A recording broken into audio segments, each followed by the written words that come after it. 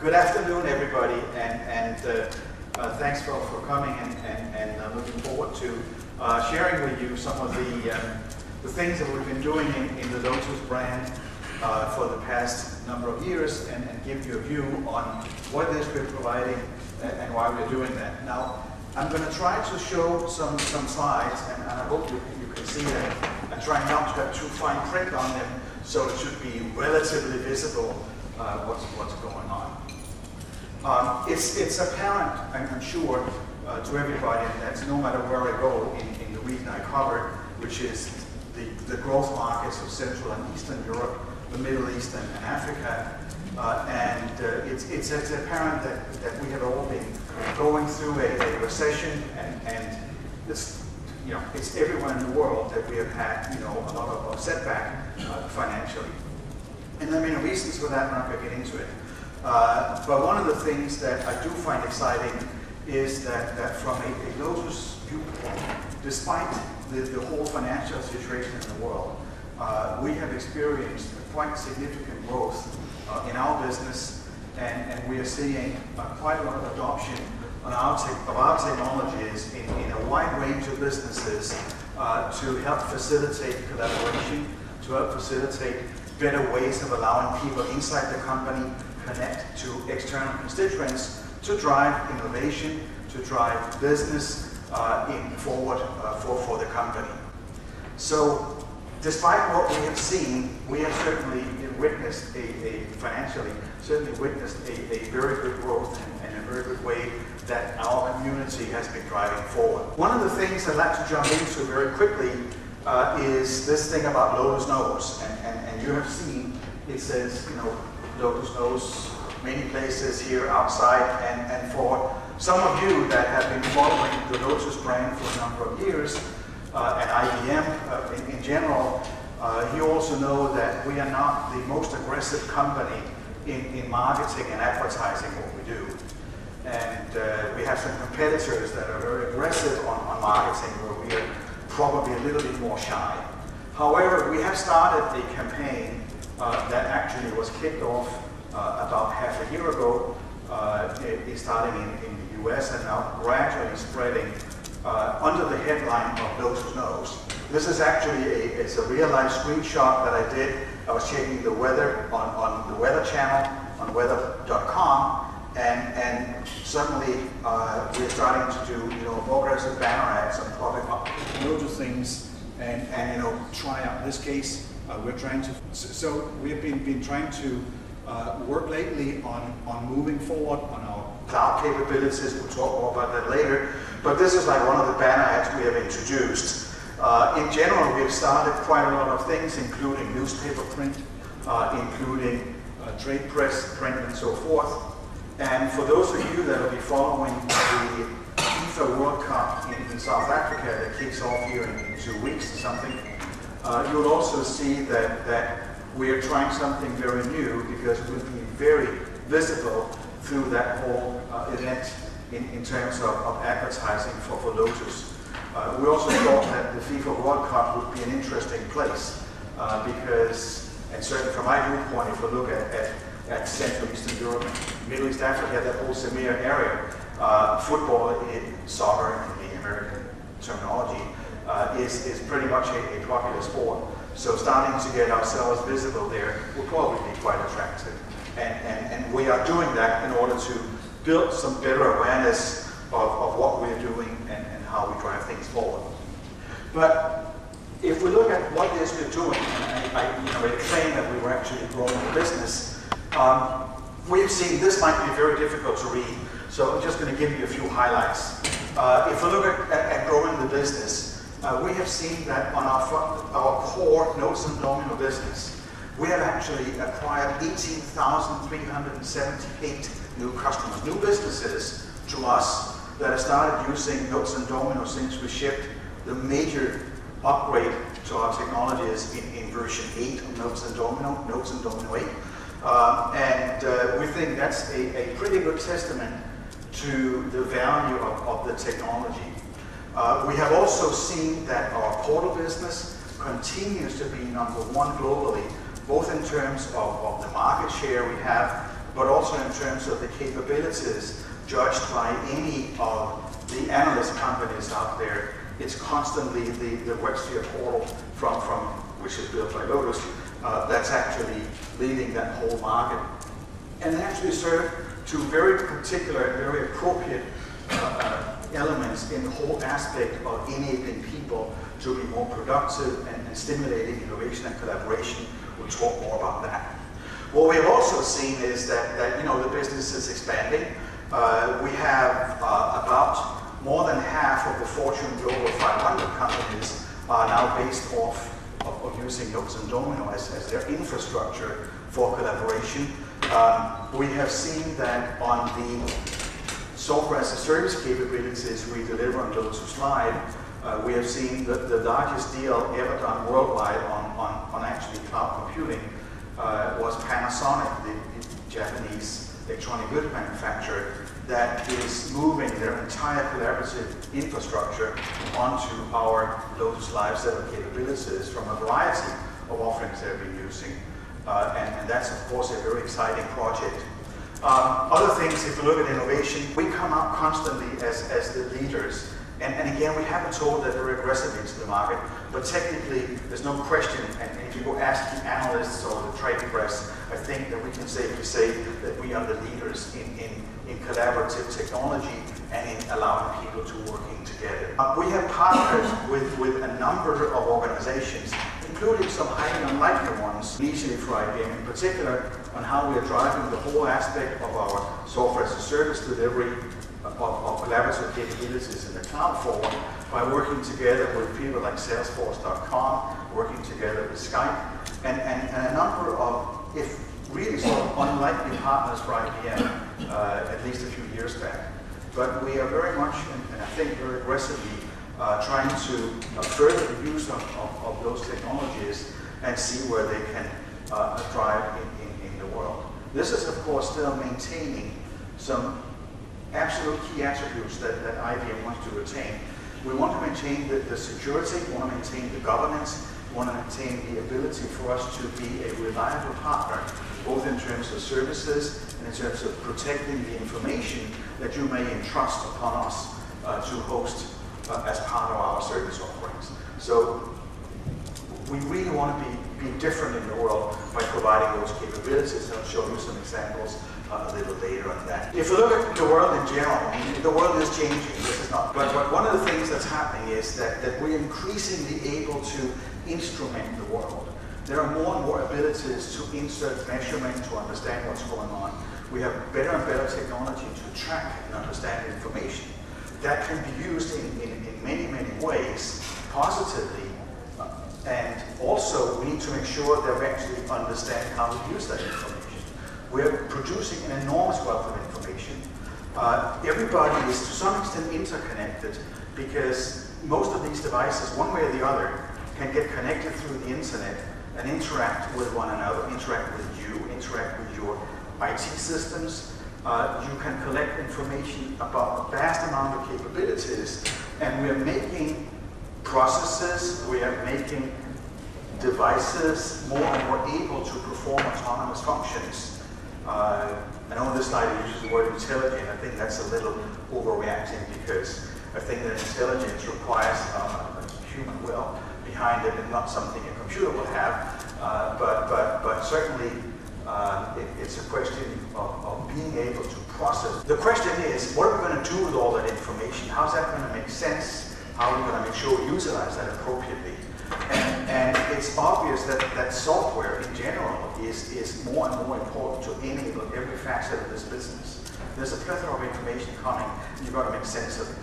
And you need some software to analyze it, to collect it, and make it available. But not only that, you also need to make sure that you can actually use this transformational opportunity in an appropriate way.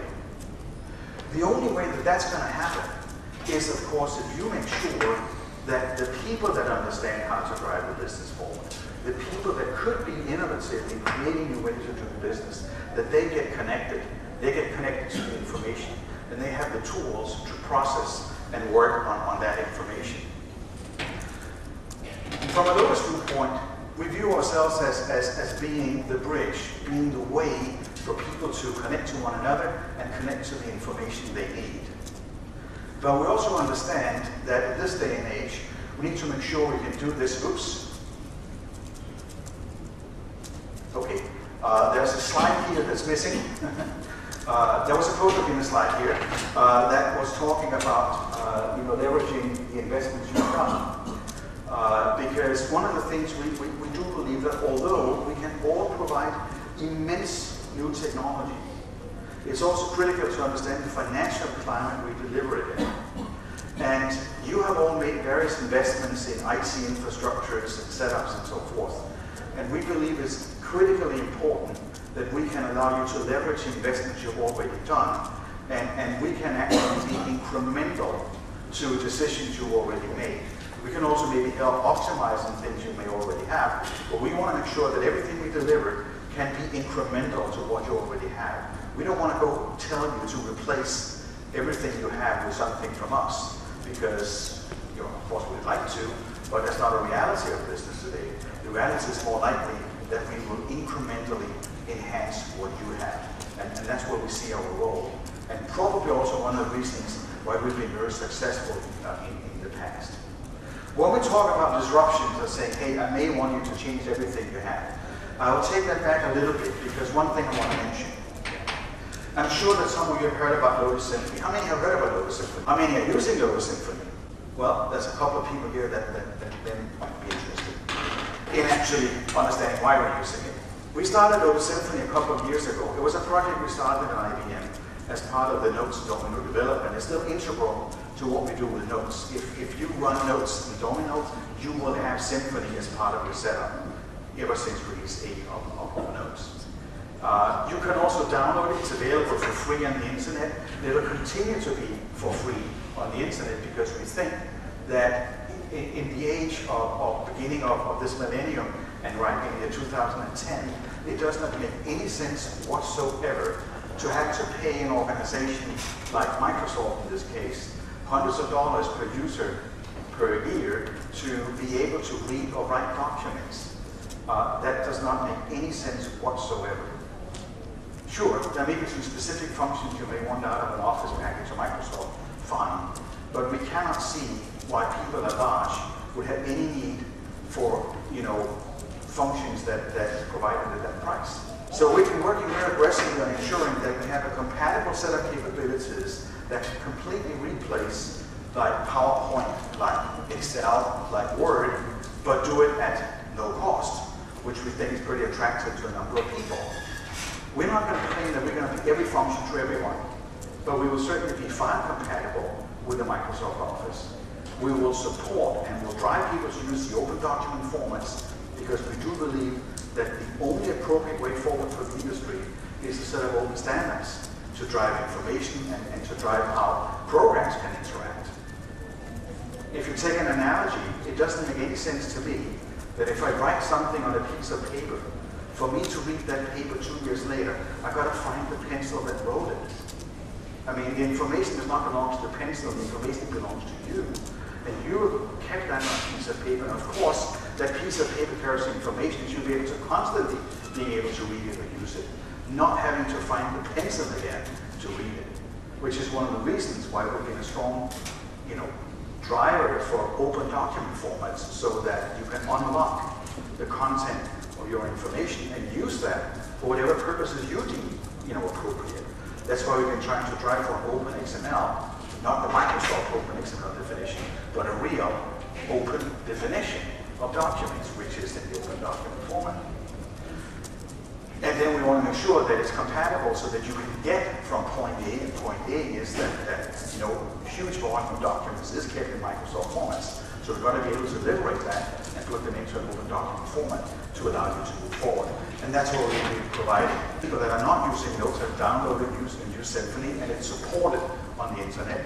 If you have it as part of Notes, you get the full entitled support by IBM with the same service level agreement around Symphony as you have around any other piece of software from IBM.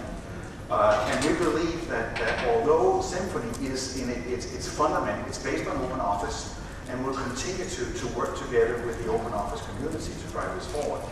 The substantial difference between Symphony and OpenOffice is that Symphony is fully backed and supported by IBM as an enterprise level support, which says that you have a guaranteed service level if you rely your business on Symphony.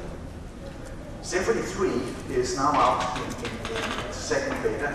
It's called Symphony 3 because it's aligned with the OpenOffice 3 code stream. One of the most important things that we're adding on the alignment with OpenOffice 3 is the ability to take some of the scripting and macros that you've been doing in Excel and Word to mimic those kinds of forms processing, and actually you can carry them forward also with Symphony.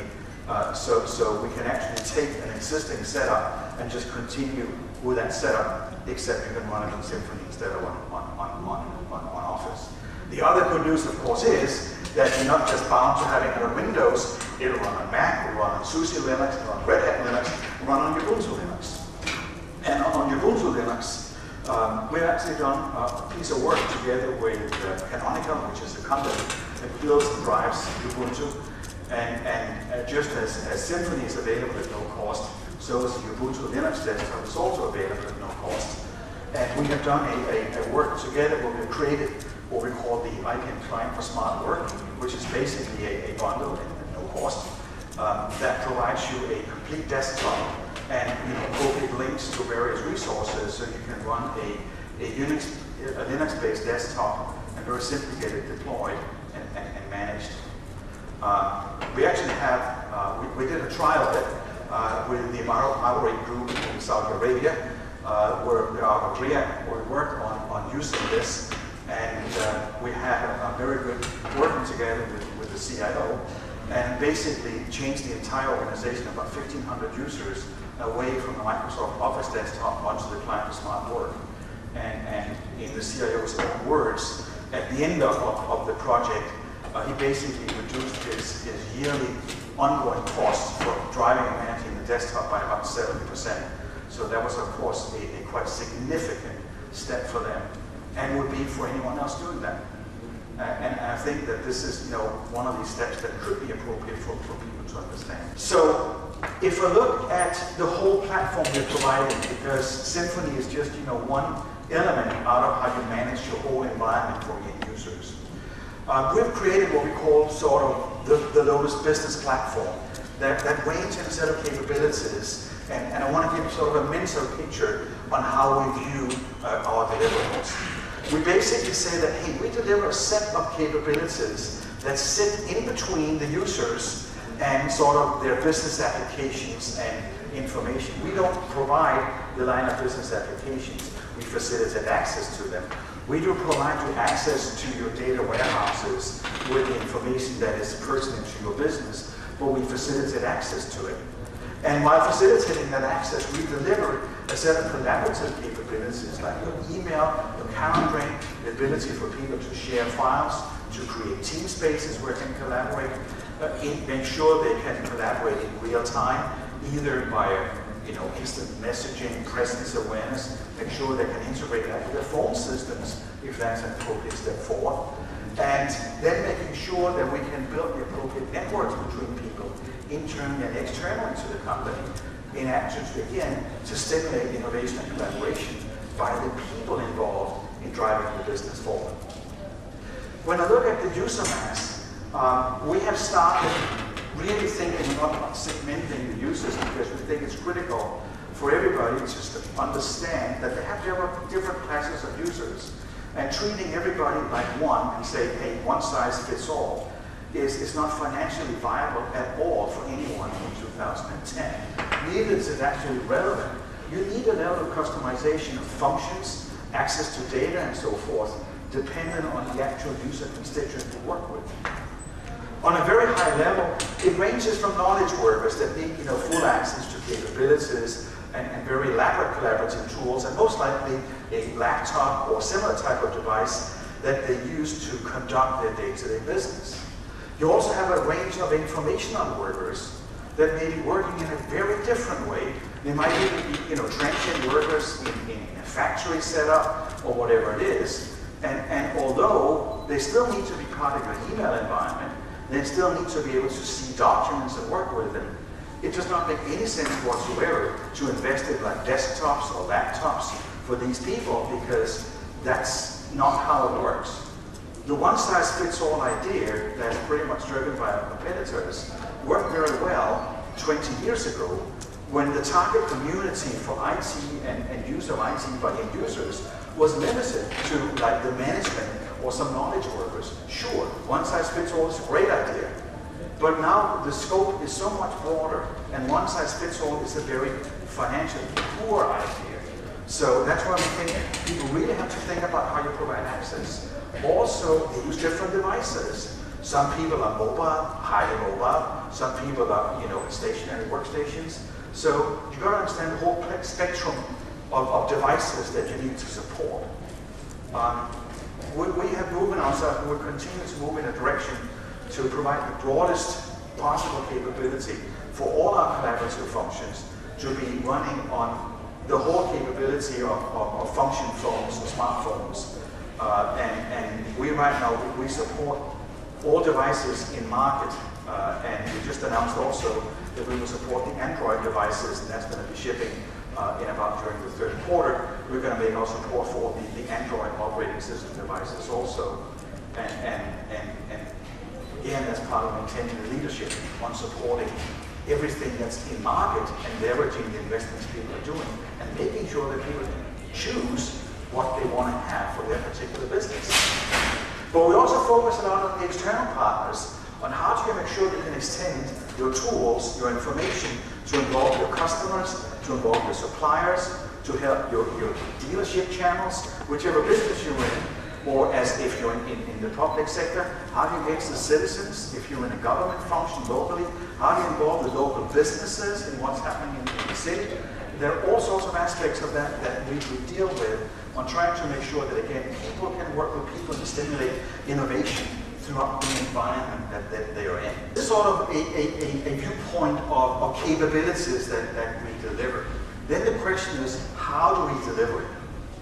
And in the past, basically things have been delivered as a set of on-premise offerings, and ever since we transformed away from mainframes to green screens into client-server type setups, we've been focusing on delivering on-premise solutions where a company ran its services of their servers and served up clients and maybe served up browsers from the IT glass house setup. That's still a model we of course support, because that is the fundamental model we use right now today. But there are two other aspects that we are moving into quite aggressively. One is the use of appliances.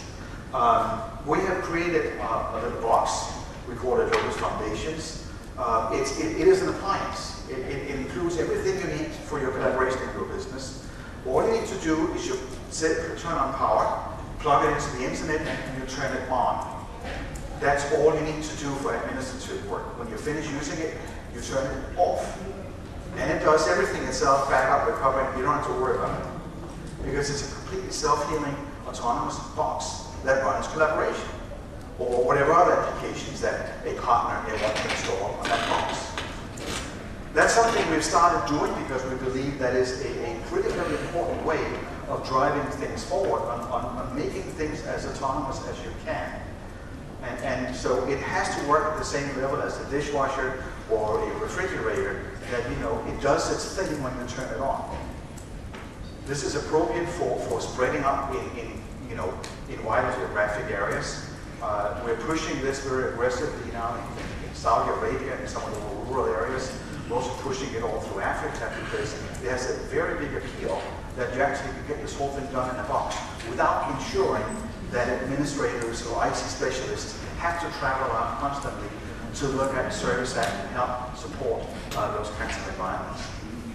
The other thing we've done is moving into the whole idea of cloud delivery and availability of our services. So we announced last year under the brand name of Lotus Live the way to actually deliver a whole spectrum of collaborative services on an on-demand basis in a pay-as-you-go environment.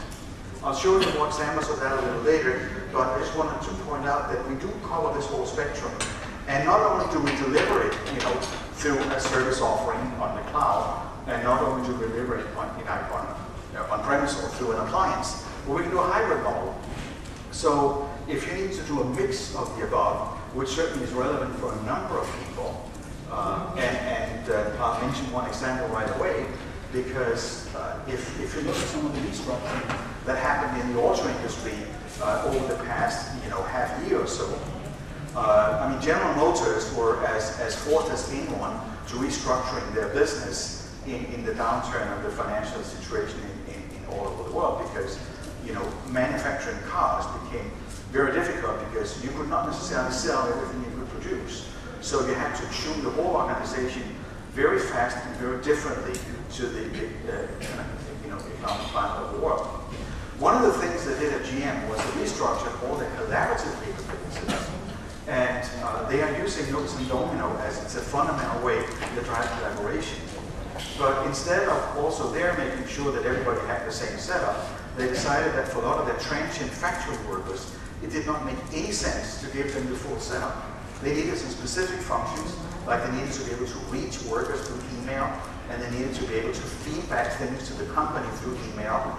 And instead of having an infrastructure to do that and finding out to manage that globally, they made this hybrid setup. So they run a range of Lotus and Domino capabilities hosted by themselves on premise of their servers, but they've extended part of their workforce. Some 5,000 of their workers is served. They're still on the same mail domain. They're still gm.com, but they're actually serviced by Lotus Live because we're running all of it through our cloud offering. And that's one of the examples of what you can actually do to tune your business and your collaborative needs to the business you're in. So we'll talk a little bit more about that later, but this is the strategy of delivery of solutions. Now, I talked about integration. I talked about delivering things. One of the key things that we want to do, and once again we said that we will facilitate access to your line of business functions. We will facilitate access to your reporting and data warehousing capabilities. And all the other stuff that a user needs access to, we're trying to make it in a rational way so that users can understand and get the information they need to fulfill their particular role at an instance in time, rather than having them figure out how to navigate and find applications and data they need.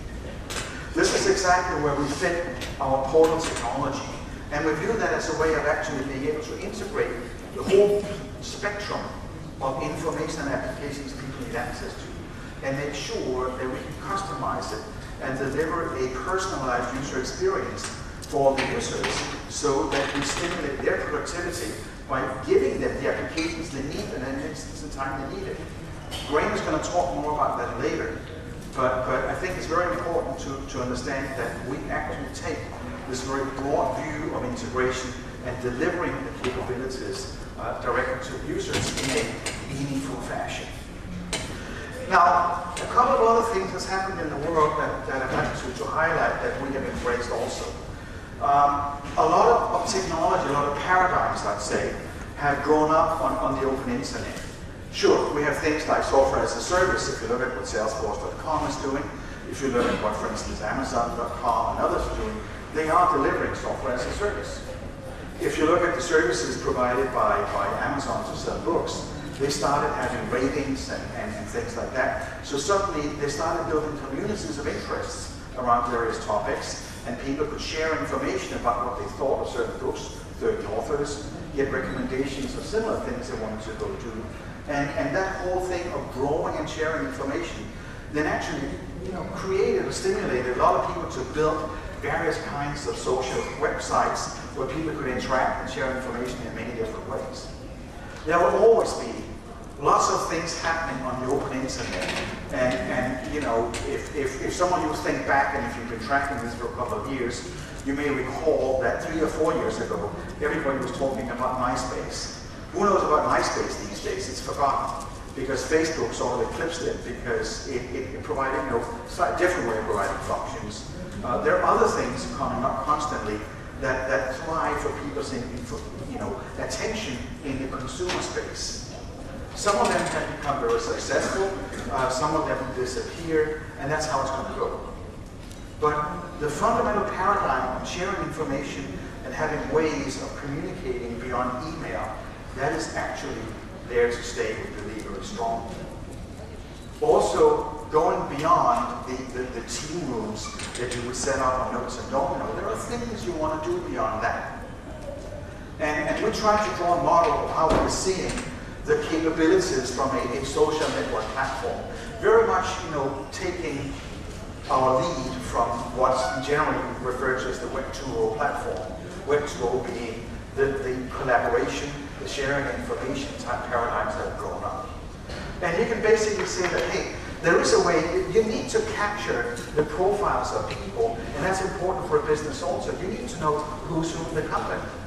And if you actually want to be able to stimulate innovation, want to be able to stimulate collaboration about certain topics, it's actually critically important to know what those people actually know, who works on what can they contribute to this project, how do I find people that have similar interests and similar knowledge, how do I stimulate the ability for those people to work together. That's part of the driving a business forward. And that's a question of how do I provide my information and share that. How are my individual contributions to the business made available to the other parts of the company? I can do that by sharing files, but I need a way to share files.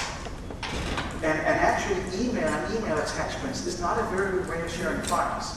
I don't know how many times you have been hit by this problem that I constantly face, that someone sends me an email, or actually send 15 people an email, and that email have, tons of megabytes of attachments with it. I'm supposed to figure out what's what in it.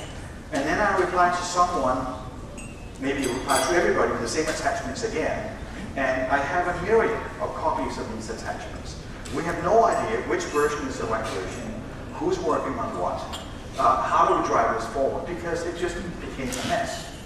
And most likely, you won't get that far because your mail file quota size has been exhausted suddenly because someone filled up the mail file with reply to all, reply to all, reply to all. And so that's not a nice situation. Or if we're trying, which I've certainly done many times, I wanted to share some information with a customer I've been working with or a partner I've been working with. So okay, I'll send you a copy of my presentation. So you email this presentation, the presentation is 6 megabytes. What you then realize is on the recipient side, the maximum file size they can receive is 5 megabytes. So you sit there, okay, I couldn't share this file with you anyway because it was prevented by some mechanism. Then, you may work on cutting down the size, compressing it, splitting it up. But what you should have done in the first place, you shouldn't even have sent it. You should just have shared it. So we think there's some very important things needed just around the fact of sharing files. Being able to do version control around files and make sure that if you have shared something and you update it, then make sure that the people that are using it, that subscribe to that file, they get the updates. So that's what we believe is important. Likewise, aspects of blogging, which give an online conversation, we can continuing, discussion database, if you will. Sharing bookmarks on the internet. I found this information. This might be important to someone else. Sharing what we call microblogging, things like Twitter. Personally, I am not very fond of Twitter because, one, I don't care much about what some celebrity is doing at an instance in time. I frankly don't care at all. But I may care about what people in my team are doing at various times during the day. I want to see their calendar.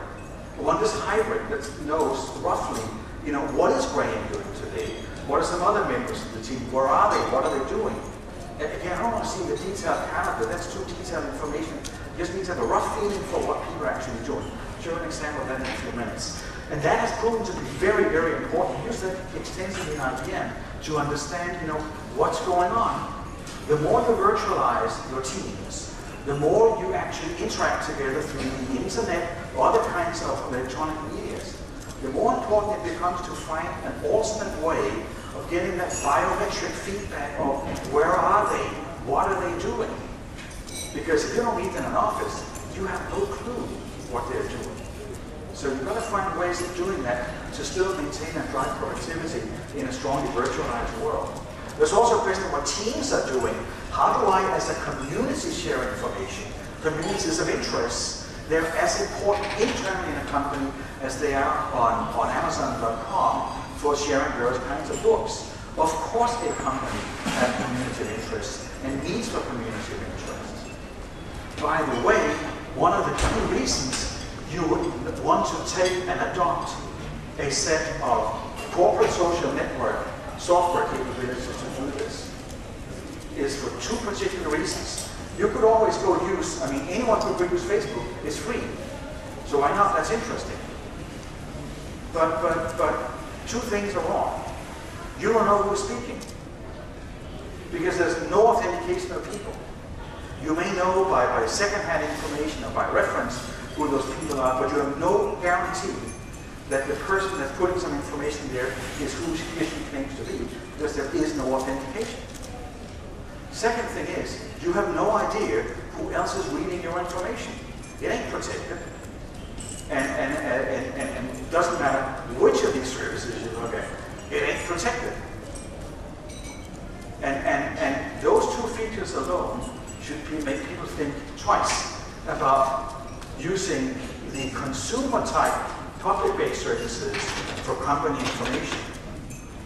I saw in the earlier days of some of these things, I was working with a pharmaceutical company out of Switzerland that had hired a number of new college students that just graduated, and because they wanted to be top of the line in their pharmaceutical research, they always hired the best students. So whoever graduated top of the class, they would get hired by this company. Now there was a particular instance where they had hired a couple of people, and you know, those people, they just came out of university, this is 4 years ago, and the question is, so what tools are we using this company for sharing and working information? And they were told that to use email. And they said, okay, email. That's what my grandfather used. So they, you know, maybe they would use email, maybe they would not. No clear indication, and no one discussed it further. Until the company found out, their research, well, some of the lawyers found out, that a lot of the information about their medical research and patent applications were actually kept on Facebook. Because the way these guys work, well, they shared information from Facebook. And you know, they made a meeting ban and saying there's absolutely no way you're going to store information about our research in any public domain. It should have been obvious maybe to people, but they didn't think of it. And then they started very quickly on a social software project because they realized that the generations that come up there used to work in this way. They want to share information that way.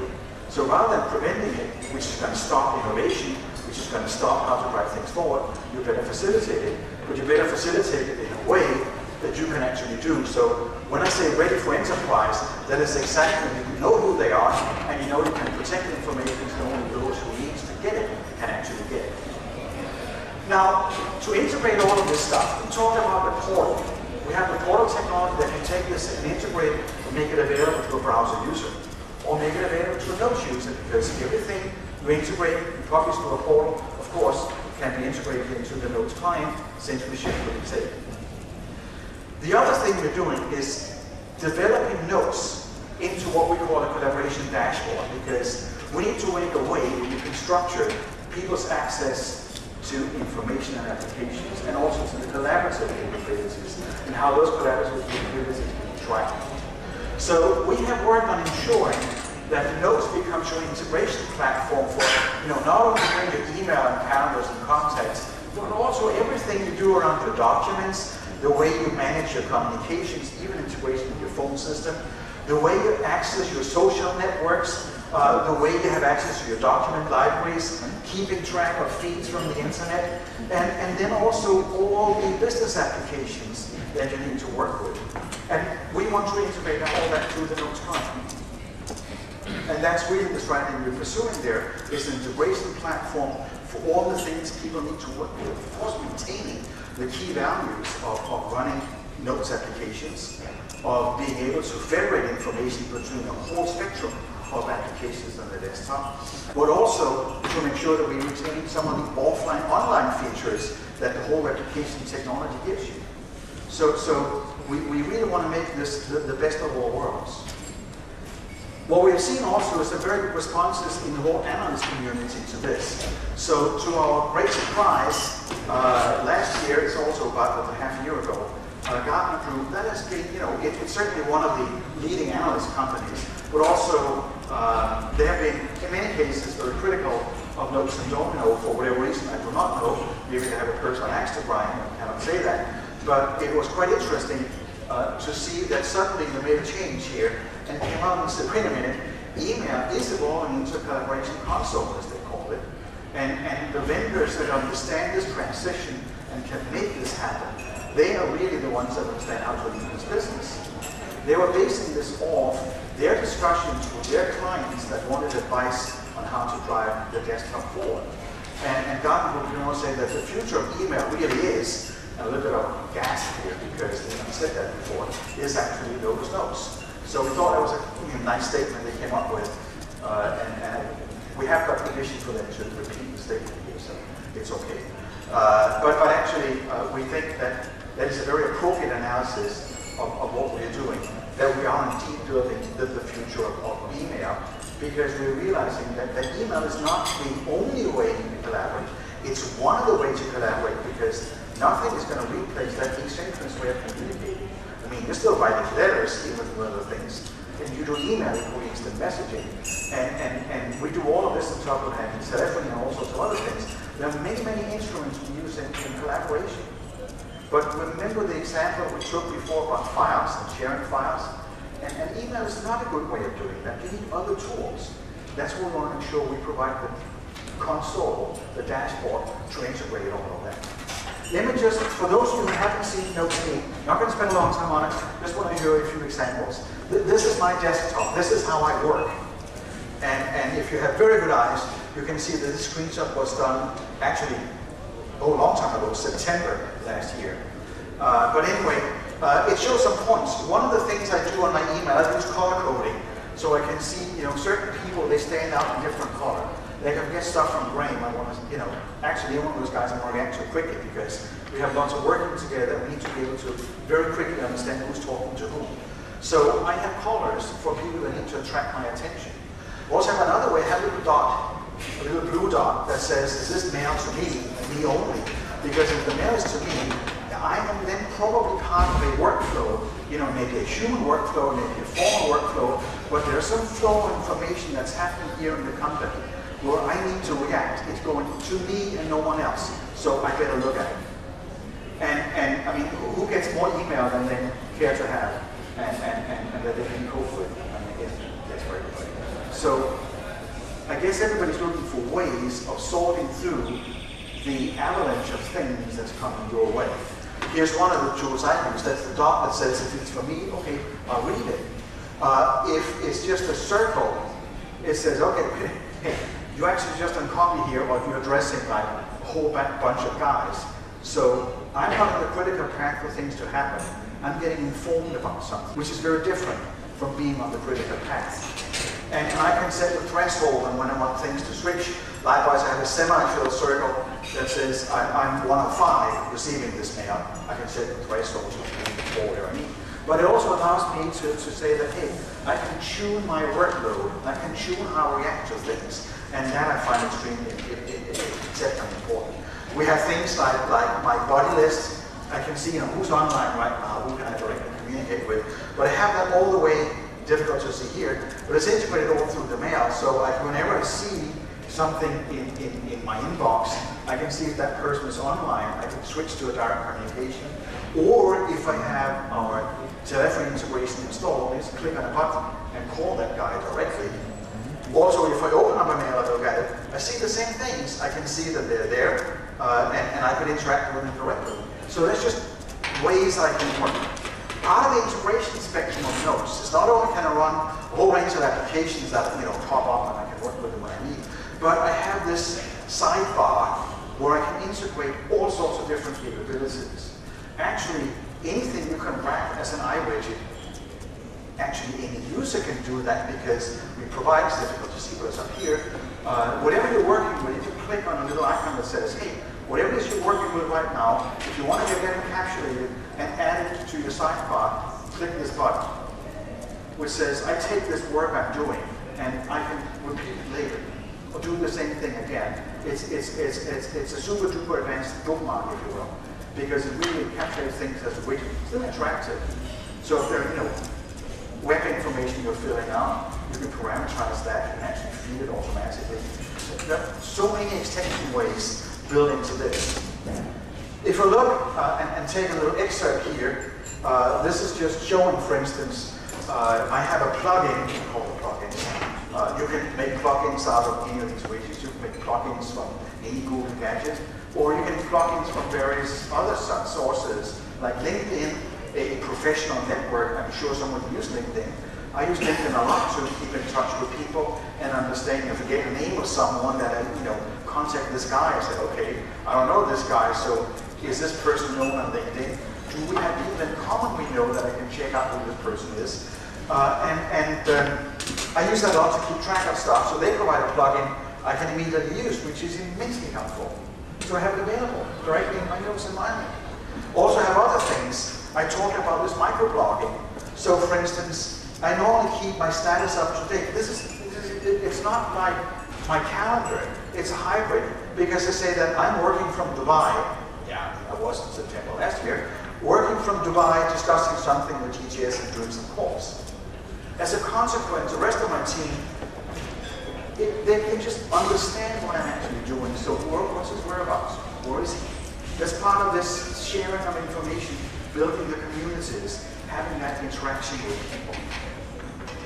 So just to sum up on this, we shipped 8.5.1 release of Lotus and Domino, which has been very critical to us.